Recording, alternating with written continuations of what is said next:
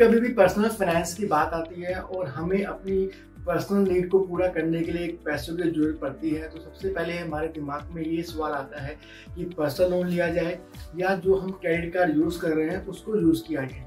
ये एक बहुत बड़ा क्वेश्चन बन जाता है हमारे लिए इन दोनों में से किसी एक को चुनने के लिए, क्योंकि इन दोनों में से किसी एक को चुनने के लिए काफ़ी सारे फैक्टर हमें एनालाइज करने पड़ते हैं। क्योंकि कई लोग ये सोचते हैं कि पर्सनल लोन लेना ज़्यादा बेटर है और कई लोग ये सोचते हैं कि मैं क्रेडिट कार्ड यूज़ कर रहा हूँ तो उसी को यूज़ कर लूँ, वो मेरे लिए ज़्यादा बेटर रहेगा। तो आज हम इस वीडियो में देखेंगे वो कौन कौन से फैक्टर हैं जो हमें एनालाइज करने हैं इन दोनों ऑप्शन में से कि कौन सा हमारे लिए बेटर है। हाय, मेरा नाम सिमरनजीत, वेलकम करता हूँ आपका हमारे चैनल विश्विन.com पर। आइए अब वीडियो शुरू करते हैं और अब जानते हैं वो कौन से फैक्टर हैं जिन्हें हमें एनालाइज करना है इन दोनों ऑप्शन को चूज करने से पहले।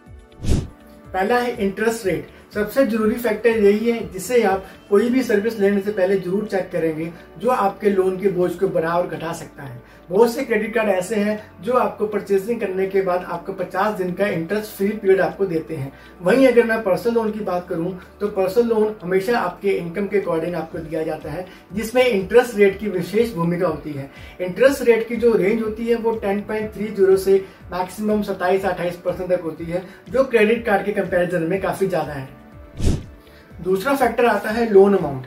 पर्सनल लोन हमेशा आपकी इनकम बेस पे फाइनल किया जाता है कि आपकी कितनी इनकम है, उसी के एलिजिबिलिटी के अकॉर्डिंग आपका जो लोन अमाउंट होता है वो आपका फाइनल किया जाता है। पर्सनल लोन में मैक्सिमम आप 40 लाख तक के लिए अप्लाई कर सकते हैं, लेकिन जो अमाउंट आपका सैंक्शन होता है वो आपकी इनकम बेस, आपकी वर्क प्रोफाइल और आपकी जो भी एलिजिबिलिटी बनती है पूरे फाइनेंशियल ट्रैक को देखते हुए उसी के बेस पे आपको लोन अमाउंट अप्रूव्ड होता है। वहीं मैं अगर क्रेडिट कार्ड की बात करूं तो क्रेडिट कार्ड में आप ज़्यादा लोन के लिए अप्लाई नहीं कर सकते, क्योंकि जो क्रेडिट कार्ड पे आपको लोन मिलता है वो आपकी लिमिट के अकॉर्डिंग मिलता है जो आपके क्रेडिट कार्ड में आपको मिलती है। क्योंकि जितनी आपको क्रेडिट कार्ड की लिमिट मिलती है उसी के अकॉर्डिंग आपका जो बिहेवियर होता है क्रेडिट कार्ड को यूज़ करने का, कि आप किस तरह से उसकी बिल की पेमेंट कर रहे हैं, टाइम से हो रही है या नहीं हो रही है, तो उसी बिहेवियर को देखते हुए जो क्रेडिट कार्ड पे आपको लोन मिलता है वो आपकी लिमिट के अकॉर्डिंग मिलता है, कि जो भी आपकी लिमिट क्रेडिट कार्ड पे आपको दी गई है तो उसी के अंदर ही आपको जो परसेंटेज होगा अमाउंट का वो आपको दिया जाता है। तीसरा फैक्टर है प्रोसेसिंग फी। जब भी आप किसी बैंक में लोन के लिए अप्लाई करते हैं तो बैंक उस प्रोसेस को चलाने के लिए आपसे प्रोसेसिंग फी चार्ज करता है, जिसकी रेंज 0.5 से 4% तक होती है।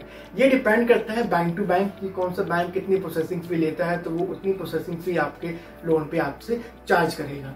जो ये प्रोसेसिंग फी होती है ये आपके लोन अमाउंट से लेस होती है। जितना भी लोन अमाउंट आपका अप्रूव्ड होता है उसी में से जो भी बैंक प्रोसेसिंग फी चार्ज करता है उतनी परसेंटेज वो प्रोसेसिंग फी की लेस करके बाकी का जो अमाउंट होता है वो आपको दे देते हैं। वहीं मैं अगर क्रेडिट कार्ड की बात करूं, क्रेडिट कार्ड में भी प्रोसेसिंग फी चार्ज होती है, लेकिन वो पर्सनल लोन के मुकाबले काफी कम होती है। चौथा है फोरक्लोजर चार्जेस। बहुत से क्रेडिट कार्ड ऐसे हैं जिन पे आपको फोरक्लोजर चार्जेस आपको नहीं देने पड़ते हैं अगर आप अपने लोन को टाइम से पहले पे कर देते हैं। वहीं अगर आप बैंक से कोई पर्सनल लोन अप्लाई करते हैं तो उसमें आपको फोरक्लोजर चार्जेस आपको पे करने होते हैं अगर आप अपने लोन को टाइम से पहले पे करना चाहते हैं। ये charges bank to bank depend करता है कि वो कितने % आपसे चार्ज करें। पांचवा है टाइम कंज्यूम। पर्सनल लोन के कंपैरिजन में क्रेडिट कार्ड बहुत ज्यादा काम में आता है, क्योंकि आप क्रेडिट कार्ड के बेस पे तुरंत पैसा ले सकते हैं। वहीं अगर मैं पर्सनल लोन के लिए बात करूं, अगर आप बैंक में अप्लाई करते हैं पर्सनल लोन के लिए तो इसमें आपको 5 to 7 वर्किंग डेज का आपको टाइम लगता है एक लोन एप्लीकेशन को प्रोसेस करने में। 6th है document and paper work. Credit card पे लोन अप्लाई करने के लिए आपको कोई भी ज़्यादा डॉक्यूमेंट नहीं देना होता है, क्योंकि ऑलरेडी डॉक्यूमेंट आपके बैंक के पास सबमिट होते हैं और बैंक आपको आपके क्रेडिट कार्ड के बिहेवियर में आपको लोन अमाउंट आपको अप्रूव करता है। वहीं अगर पर्सनल लोन की बात की जाए वहाँ पे आपको सारे ही डॉक्यूमेंट आपको सबमिट करने होते हैं, आपके KYC से रिलेटेड, आपके इनकम से रिलेटेड और आपके एड्रेस प्रूफ से रिलेटेड सारे डॉक्यूमेंट आपको वहाँ पे देने होते हैं। उम्मीद करता हूँ ये वीडियो आपको अच्छा लगा होगा।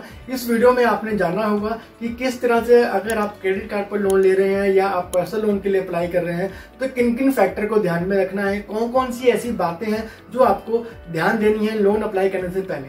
और इसी तरह की फिनटेक इन्फॉर्मेशन लेने के लिए जुड़े रहे हमारे चैनल विश्विन.com के साथ।